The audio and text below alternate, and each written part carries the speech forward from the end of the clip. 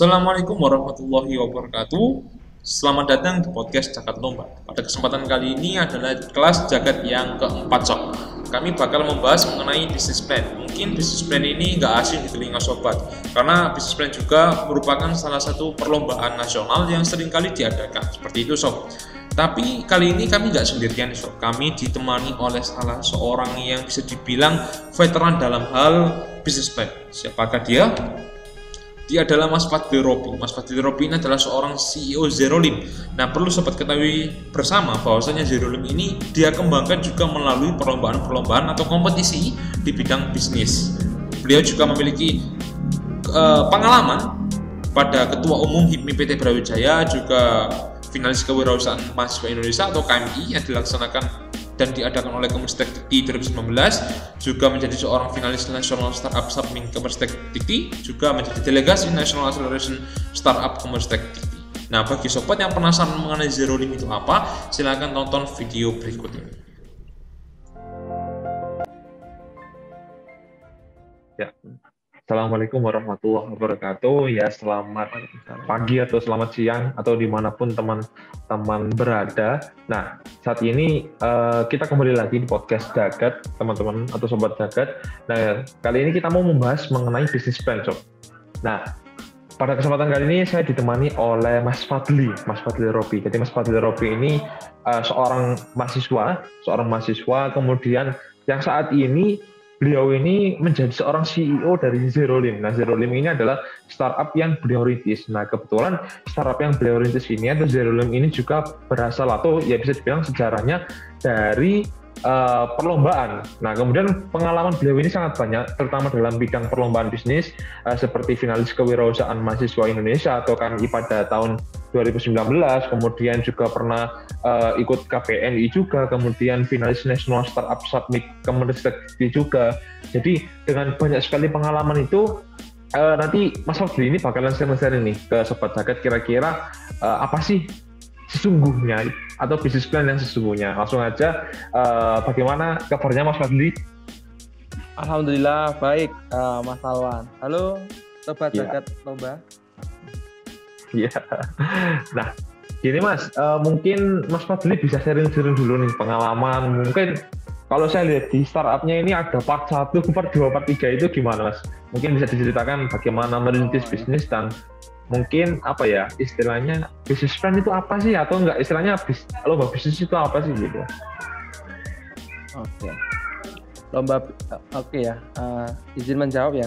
Kadang kan dalam kita memulai sesuatu, kita ingin memulai suatu usaha bisnis itu kan terkendala oleh namanya modal seperti itu ya. Nah, kadang tapi teman-teman bahkan saya sendiri tuh punya ide nih tentang bisnis gitu, ide tentang usaha yang kayaknya bisa menyelesaikan permasalahan orang banyak dan bisa pasarnya gede gitu. Nah, akhirnya ada tuh yang suatu momen namanya business plan itu, lomba business plan, di mana teman-teman membuat proposal tentang rancangan bisnis teman-teman, dibuat seefisien dan sedetail mungkin tentang bisnis teman-teman, dan itu dituliskan di kertas seperti itu. Itu business plan secara garis umum sih. Jadi dari menurutku sih business plan itu yang mungkin satu proposal, satu buku itu bisa diringkas jadi lebih simpel itu di BMC, Business Model Canvas gitu. Itu sih Mas Alwan dari business plan ya. Oke, mantap. Nah, kemudian itu dari business plan sendiri itu kira-kira ada tips and triknya nggak Mas? Kalau dalam membuatnya mungkin seperti itu.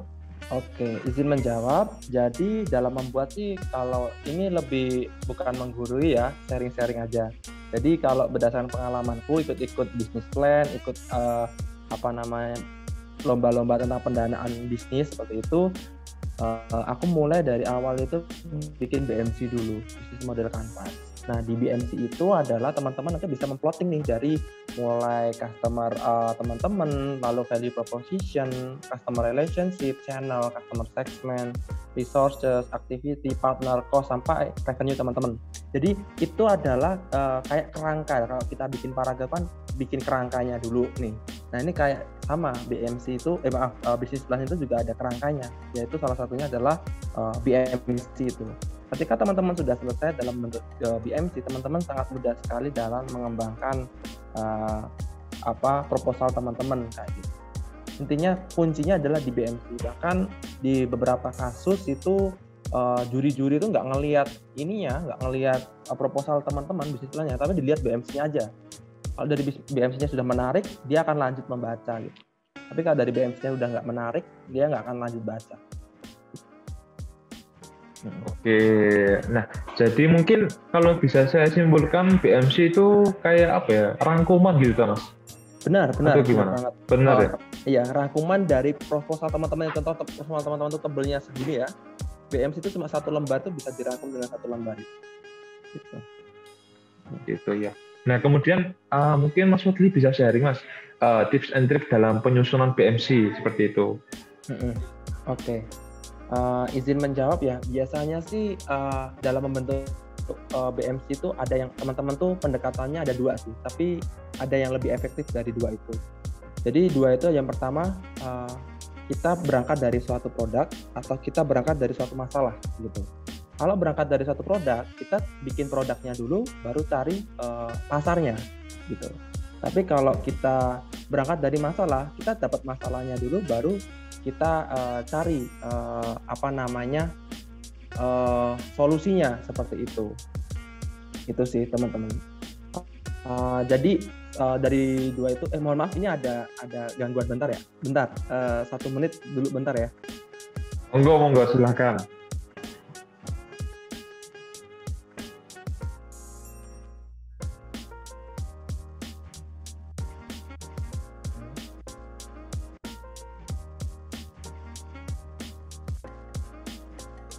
Oke, izin menjawab ya. Jadi tadi ada dua tadi ya teman-teman ya, berangkat dari produk atau masalah. Nah, saranku adalah teman-teman itu berangkat dari suatu permasalahan gitu. Karena apa ya? Kalau kita bikin produk dulu, baru cari pasar itu PR lagi teman-teman. Apakah nanti produk teman-teman itu benar-benar dibutuhkan pasar atau tidak? Karena dalam menyusun suatu produk itu juga panjang prosesnya. Ada yang namanya design thinking itu sampai teman-teman dapat produk yang memang dibutuhkan sama pasar. Tapi kalau teman-teman berangkat dari permasalahan dan itu teman-teman memberikan solusinya dan validasi solusinya, itu lebih menurutku lebih effortnya lebih rendah lah daripada teman-teman cari pasar. Gitu.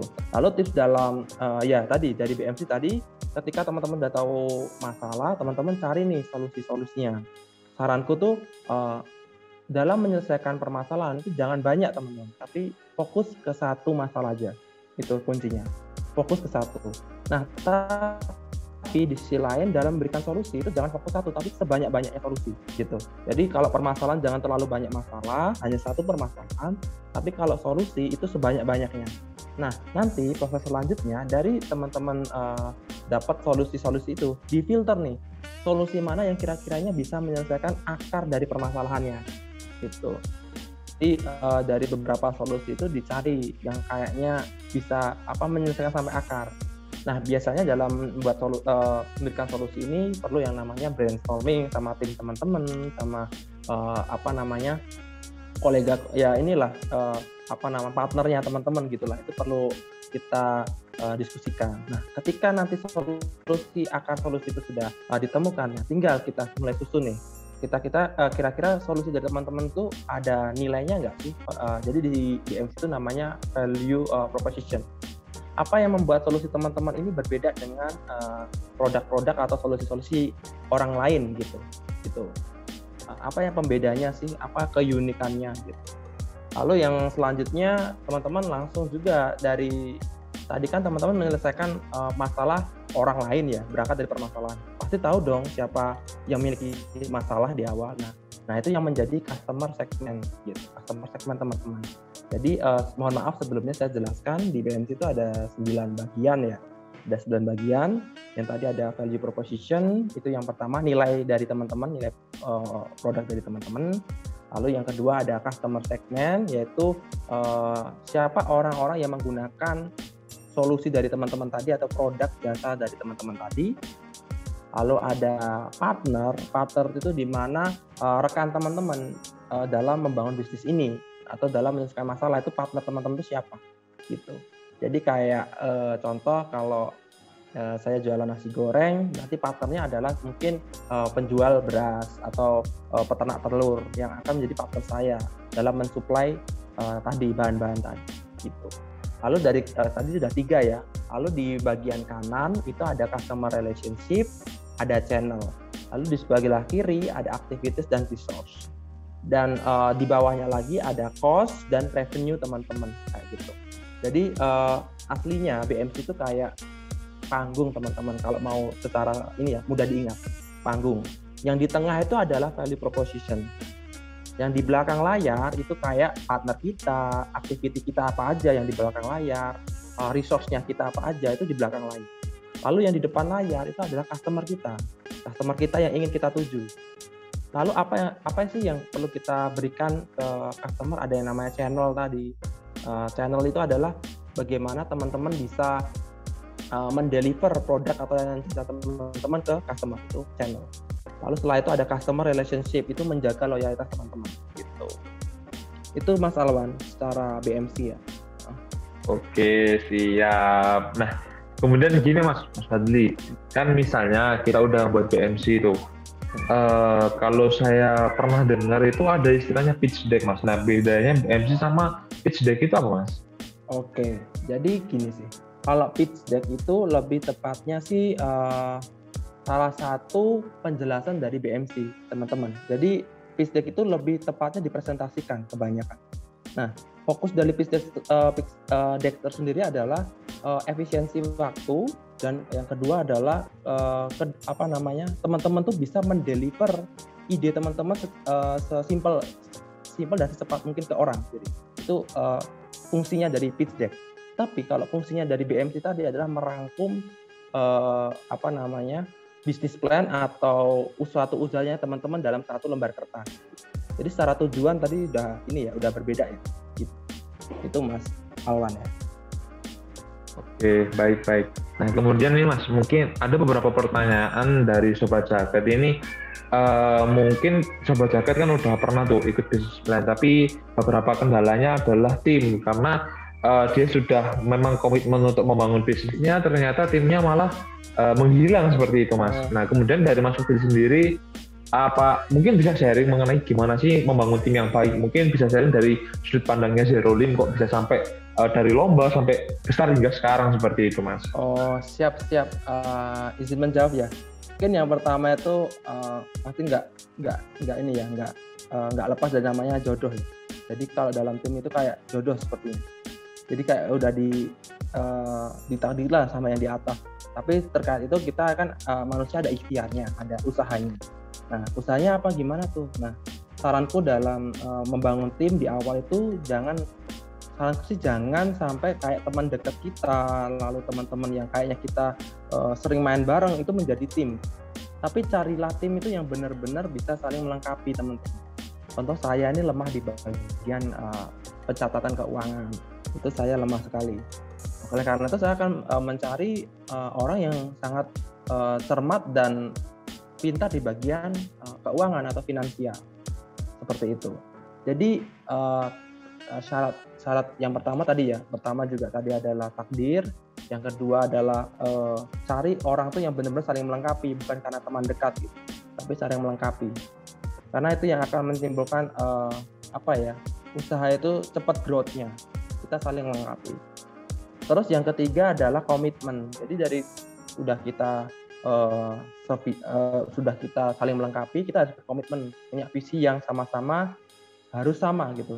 Jangan sampai satu tim tuh visinya beda-beda. Yang satu pengen cepat-cepat beli Lambo nih, yang satu pengen ngasih impact bagus di masyarakat, yang satu pengen cepat nikah.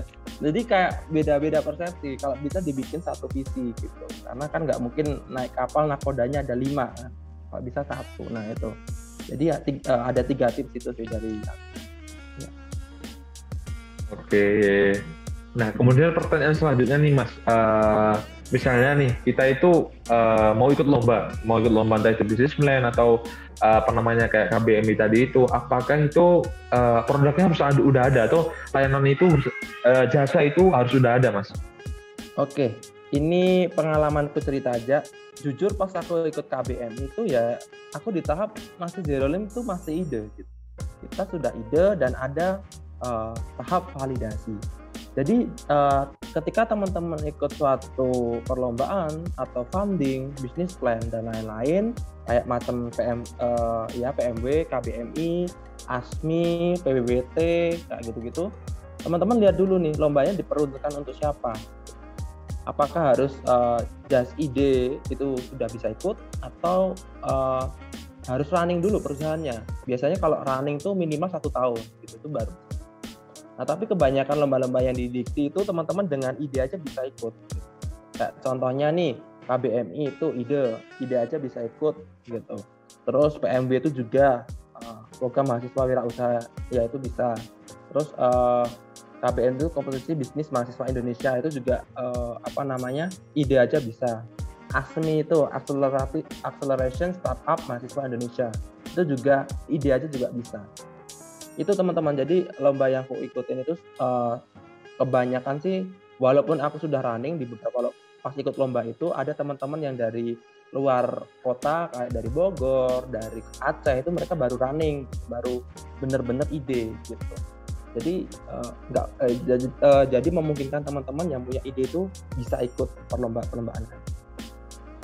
Gitu. Ya. Nah, ini menarik nih Mas. Karena biasanya kalau kan saya kan biasanya ikut lomba KTI maupun ISAI. Nah, itu biasanya juri itu ada salah satu penilaiannya itu strategi implementasi. Nah, bagaimana kita meyakinkannya, otomatis kita membawa prototipe seperti itu. Nah, kemudian kalau Mas Fadli sendiri kan tadi bilang masih ide. Kemudian bagaimana Mas Fadli bersama tim itu meyakinkan juri ketika presentasi bahwasanya ide Mas Fadli ini bagus, seperti itu Mas. Oke. Jadi di tahap ide itu perlu adanya validasi, teman-teman. Validasi ini dalam arti kita memvalidkan apakah benar dari ide kita ini dibutuhkan masyarakat atau menyelesaikan permasalahan masyarakat. Nah, validasi itu yang kita tunjukkan kepada dewan juri atau pada orang yang menilai proposal kita. Itu. Nah, tahap validasi kemarin di Zero Lim itu adalah kita dulu datang di beberapa resto di Kota Malang, kita juga menyebar kuesioner dan kita melihat respon dari orang-orang yang kita temuin itu mereka sangat antusias dan ingin menggunakan layanan jasa kami. Nah, itu kan udah tanda-tanda contoh dari 10 responden ada 8 yang bilang oke atau 6 yang bikin paling kecil lah 6 yang bilang oke, itu udah dikatakan bisnis teman-teman valid. Nah, itu yang perlu kita berikan ke para dewan juri. Dan nantinya mungkin buktinya bisa by dokumentasi dan lain-lain. Nah, saranku sih teman-teman bisa memulai produk atau layanan jasa teman-teman itu dengan validasi yang intinya produk yang minimal produk MVP. Jadi ketika kita bikin suatu contoh aku dari dalam ini aku bikin dulu nih kayak prosesnya by WA aja. Jadi order jelantah bisa lewat WA gitu. Itu kan minimum cost banget. Tapi dari minimum cost itu udah valid loh. Apalagi menggunakan yang beneran, produk yang beneran. Nah, kayak gitu. Itu yang nanti bisa kita berikan ke juri. Oke, siap Mas. Mantap nih sharing-sharingnya dari Mas Fadli, CEO dari Zero Lim. Nah, kemudian siap. Mantap. Nah, mungkin dari Mas Fadli ada istilahnya kayak pesan-kesan seperti itulah. Gimana caranya istilahnya dari teman-teman atau sobat jagat ini bisa semangat buat ikut lomba bisnis, bahkan mindsetnya itu bukan untuk memenangkan lomba, tapi untuk mendirikan sebuah bisnis. Mungkin Mas Fadli ada pesan dan kesan seperti itu.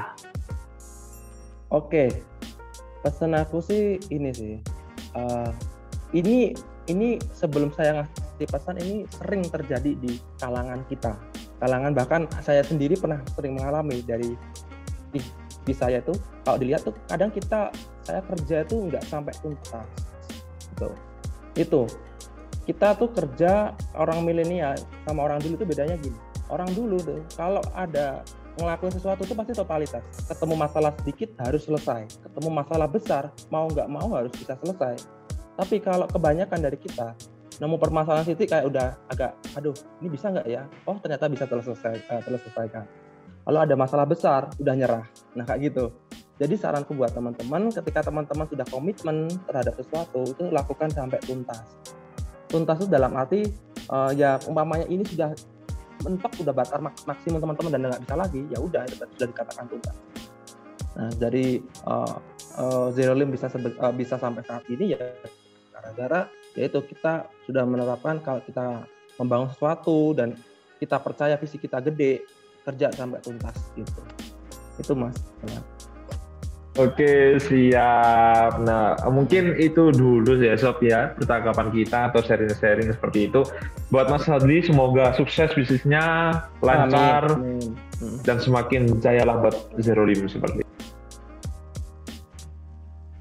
Nah, gimana tuh Sob penjelasan dari Mas Fadli? Sharing dari Mas Fadli sangat luar biasa ya, pengalamannya yang sangat luas dalam bidang bisnis dan bisnis plan. Nah, pada kali ini saya mau sedikit merangkum mengenai penyampaian yang telah disampaikan oleh Mas Fadli tadi. Yang pertama, apa itu lomba bisnis plan? Simpelnya, lomba bisnis plan itu adalah lomba yang merancang atau rancangan proposal bisnis yang kemudian bisa diringkas menjadi BMC. Mungkin sobat sudah tahu tuh artinya BMC itu apa? Bisnis model canvas, seperti itu Sob. Jadi istilahnya ya rangkuman dari proposal fullnya bisnisnya teman-teman atau sobat jagat seperti itu. Selanjutnya adalah tips dan trik lomba bisnis plan itu apa? Jadi Mas Fadli menyarankan pertama buat BMC-nya terlebih dahulu agar lebih mudah dalam mengembangkan bisnis plan-nya sobat atau proposal bisnis plan-nya sobat, lebih mudah seperti itu. Yang selanjutnya adalah dalam beberapa kasus bahkan juri itu tidak melihat proposalnya terlebih dahulu, namun cek dulu BMC-nya itu seperti apa. Nah, kalau menarik BMC-nya baru dilanjut ke proposal. Jadi istilahnya BMC ini kayak apa ya namanya, pintu di rumah gitu. Jadi sebelum masuk ya perlu lewat pintunya terlebih dahulu. Kalau pintunya berfungsi ya dibuka, kalau enggak ketutup. Seperti itu Sob. Yang ketiga adalah berangkat dari produk atau masalah. Nah, ini adalah salah satu pertanyaan yang sering diajukan. Kemudian dia menyarankan untuk berangkat dari permasalahan terlebih dahulu. Kenapa? Karena ketika sudah ada permasalahan kita tinggal menyesuaikan produknya. Jadi misalnya sudah ada pasarnya seperti itulah dari produk yang kita tawarkan. Nah, perlu diketahui juga bahwasanya fokus ke satu masalah saja Sob, jangan banyak masalah, tapi kalau membuat solusi itu harus yang sebanyak-banyaknya. Nah, dari sini kemudian solusi yang ada difilter, kira-kira mana sih solusi yang menyelesaikan akar dari permasalahannya itu. Jadi pertimbangkan juga, perlu diingat juga Sob, pertimbangkan juga nilainya, nilai dari solusinya itu atau value proposition. Ini juga ada di salah satu part dalam BMC. Apa yang membuat solusi yang sobat tawarkan itu berbeda dengan yang sudah ada sebelumnya. Selanjutnya adalah BMC dan pitch deck. Pada dasarnya pitch deck adalah salah satu penjelasan dari BMC. Pitch deck itu dipresentasikan seperti itu Sob. Dan tujuan utama dari pitch deck adalah mampu mendeliver idenya sobat sesimpel dan secepat mungkin ke orang lain atau mendengarnya sobat. Nah, biasanya nih itu juri atau enggak investor gitu Sob. Kelima adalah cara mengatasi kendala tim. Biasanya nih yang sering kali ditemukan udah menang nih bisnis plan-nya ternyata, tapi ketika mendevelop bisnisnya nggak jalan tuh Sob. Nah, dia menyarankan mencari tim yang benar-benar bisa melengkapi apa? Melengkapi satu sama lain kekurangannya. Jadi bukan hanya karena teman dekat terus kemudian sobat ajak seperti itu. Dan juga perlu dipahami cari yang satu visi Sob. Jangan sampai ternyata bentrok visinya, satunya komersial, satunya sosial. Nah, itu yang perlu dihindari, seperti itu kata Mas Fadli. Selanjutnya adalah yang keenam, kalau ikut lomba apa produknya harus ada Mas, seperti itu. Nah, dia juga sharing di sini bahwasanya dulu itu Zero Limb masih berupa ide, namun ada tahap validasi. Nah, perlu sobat ketahui kalau yang nomor 7 juga berhubungan, cara meyakinkan juri ketika hanya idenya saja, itu ada tahap validasi. Apakah benar dari ide yang ada itu dapat menyelesaikan permasalahan masyarakat? Nah, di sini melakukan survei, apakah masalah benar-benar ada dan solusinya diterima oleh masyarakat atau kompatibel dengan kondisi masyarakat. Mas Fadli juga berpesan kepada sobat jagat semuanya, bekerjalah hingga tuntas. Seperti itu, salah satu prinsip yang sangat luar biasa. Mungkin sekian pemaparan dari kelas jagat yang keempat mengenai bisnis plan. Lebih dan kurangnya kami mohon maaf, dan apabila ada pertanyaan silakan komentar di YouTube maupun Instagram, juga bisa DM kami, dan jangan lupa untuk tonton video yang lainnya. Seperti itu Sob. Terima kasih dan sampai jumpa pada kelas jagat atau podcast jagat selanjutnya.